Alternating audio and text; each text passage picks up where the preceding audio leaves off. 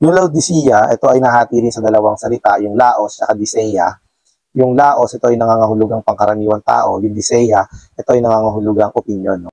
So, ibig sabihin, ito ay nangangahulugang opinion ng pangkaraniwang tao. Philadelphia to supposedly Pero dahil nga sila ay nauwi sa kanilang mga opinion, no, sila ay nauwi no, sa kanilang pagkatisod, sila ay nasa Laodicea. Pasahin natin mga kapatid. At sa sugo ng Ecclesia sa Laodicea, isulat mo, ang mga bagay na ito ay sinasabi ng amin ng saksing tapat at totoo at kasimula ng paglalang ng Diyos. Ang pagpapakita ng Panginoon sa kanyang sarili ay amen. No? Sabihin ng amen sa Griego, ito ay nangulugang matatag, hindi natitinag, at mapagkakatiwalaan. So yun yung ibig sabihin na matatag siya, kaya ini-encourage niya yung mga tao sa Laodicea na maging matatag, no? Na ma-overcome yung kanilang pagkatisod. Ang saksing tapat at totoo, no? Dahil nga yung mga tao nga na nasa kanilang mga opinion, itong mga nasa Laodicea, ay naokupahan ng kanilang opinion, no? Nawawala na sila sa katotohanan. So, nagsasalita ngayon yung Panginoon dito bilang siya na saksi at ang katotohanan ng pasimula ng paglalang ng Diyos. Sa kanyang pag-iral, yung Panginoong Yesus, mula nung simula, sa kanyang pagkakatawan tao hanggang sa kanyang pagkabuhay na muli, naging matapat lang siya sa isang makalangit na intensyon. Mula nung simula, sa kanyang pagkakatawan tao, siya ay nananatili lamang sa intensyon ng Diyos. Kung ano yung intensyon ng Diyos, yun ay kanyang consistent na ginagawa hanggang sa mga panahon na to. Itong mga nasa Laodicea na nabago yung kanilang daan, sila ay nauwi sa kanilang opinion, kaya sila ay tinabagan na lihis. Nalalaman ko ang iyong mga gawa na ikaw ay hindi malamig ni mainit man. Ibig ko sana ikaw ay malamig o mainit. Init, no? Kasi nga yung mga kapatid na nasa Laodicea, no, dahil sa kanilang opinion, minsan mataas na yung tingin nila sa sarili nila. Although kasalamuha sila ng mga kapatid, pero dahil nga nasa pagkatisod sila, ang taas ng tingin nila sa kanilang sarili. No? Minsan naman, wala na sila sa enjoyment sa Panginoon, no? Pero hindi pa nila yun alam, no, na parang lumalayo na sila sa enjoyment sa Panginoon. Although sila ay nakikihalubilo pa rin sa mga kapatid, pero hindi nila alam yung kanilang kondisyon. Kaya sinasabi ng Panginoon na dapat alam mo kung ano ka, kung malamig ka o mainit ka. Bakit? Kasi yung Diyos, may intention siya na i-cure ka, na ayusin ka. Kung ikaw ay malamig, no, kaya ng Panginoon na ayusin ka.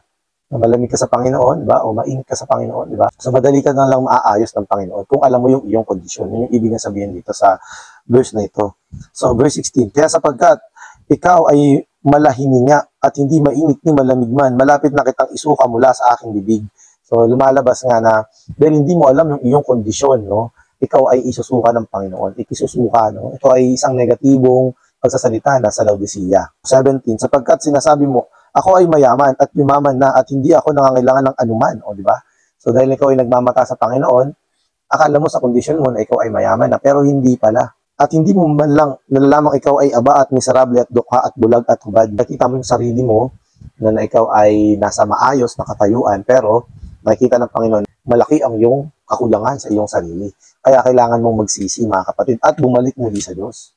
Yun yung ibig niya sabihin. No? Dapat mo talaga i-sense yung pangitain ng Panginoon papunta sa iyo para madali ka makapanalangin kung ano yung ipapanalangin mo, alang-alang sa iyong kondisyon. Para mai-correct ng Panginoon kung ano yung kondisyon mo, mga kapatid.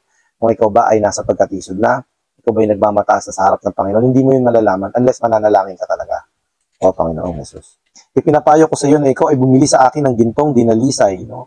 Yung gintong dinalisay ng apoy, no? Ito ay tumutukoy nga doon sa binong kalikasan ng Diyos. Dahil nga ikaw ay nasa iyong sariling opinion, maaaring ikaw ay wala ng enjoyment, no? Wala ng supply ng buhay, no? Sa Panginoon, kaya ikaw ay pinapakuha niya, no? Dinalisay ng apoy, ito ay tumutukoy sa kabanalan, upang ikaw ay yumaman, di ba? So, ibig sabihin, dahil nga sa paningin ng Panginoon, siya ay mahirap. No? Gusto ng Panginoon na bumalik siya sa Diyos para siya ay yumaman. At ng mga puting damit, no? Kasi nga yung kanyang damit, no, ito ay may kinalaman sa paglakad sa harapan ng Panginoon eh. So, dito ay sa Laodicea, yung kanyang damit, no? Kaya, kailangan niyang kumuha ng puting damit upang iyong maisuot nang sa gayon ay huwag mahayag ang kahihiyan. Ito ay nakahayag na sa harapan ng Diyos, no? So, sa iyo, hindi mo pa alam, no? Pero sa harapan ng Diyos, hayag ng iyong kahihiyan. Kaya kailangan mong magbago, kailangan mong magsisi, pabalik sa Diyos. Ang iyong kahubaran at ng pamatid sa mata upang ipahid sa iyong mga mata nang sa gayon ikaw ay makakita, no, na hindi mo man lang alam kung ano yung iyong kondisyon.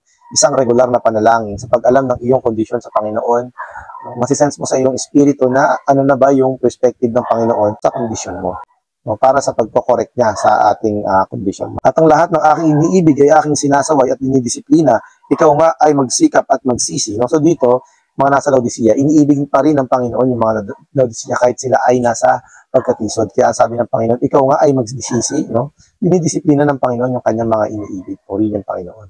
So, sa kabila ng ating pagtalikod sa Panginoon, ating pagkakamali sa Panginoon, siya pa rin ay umiibig sa atin at handang tayong tanggapin pabalik. Ngunit siyempre, ito ay may kaakibat ng disiplina. O Panginoong Jesus. Ito, ako ay nakatayo sa pintuan at kumakatok. Nakita ko yung kondisyon kung gaano kaaba-aba, gaano kaawa-awa yung Ecclesia sa Laodicea. Kasi yung Ecclesia, supposedly, dito nananahan yung Panginoon. No?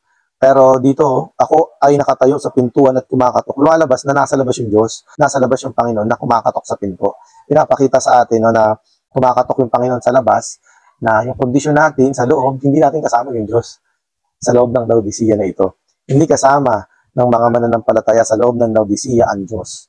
Hindi nila kasama yung Panginoon, kaya yung Panginoon ay nasa labas. Pero yung Panginoon ay may intensyon na makapasok sa mga Kristiyanong ito, kaya ang Panginoon ay kumakatok mula sa labas. So talagang dapat makita talaga ng Laodicea yung kanyang kondisyon. Kung ang sino man ay duminig ng aking tinig at magbukas ng pinto, ako ay papasok sa kanya at kakain kasalo niya at siya ay kasalo ko. So dito, pinapakita na yung pagkain nito ay may kinalaman sa enjoyment. Kagaya nung sa Luke chapter 15, yung alibughang anak. Nung bumalik yung anak, no, sila ay nagkaroon ng piging, no, pagkain, no, na punong-puno ng satisfaction, mga kapatid. At sila ay kasalo ng ama at ng kanyang nawalang anak, nawalay sa kanya. Ito din yung kondisyon dito sa Laodicea, no, yung panunumbalik ng kanyang anak. Ang panunumbalik ng Ecclesia sa Panginoong Jesus. Ito ay kaparehas ng larawan ng isang kalibugang anak sa Lucas chapter 15. Ang magtagumpay ay aking pagkakaloobang umupong kasama ko sa aking trono, gaya ko naman na nagtagumpay at umupong kasama ng aking ama sa kanyang trono.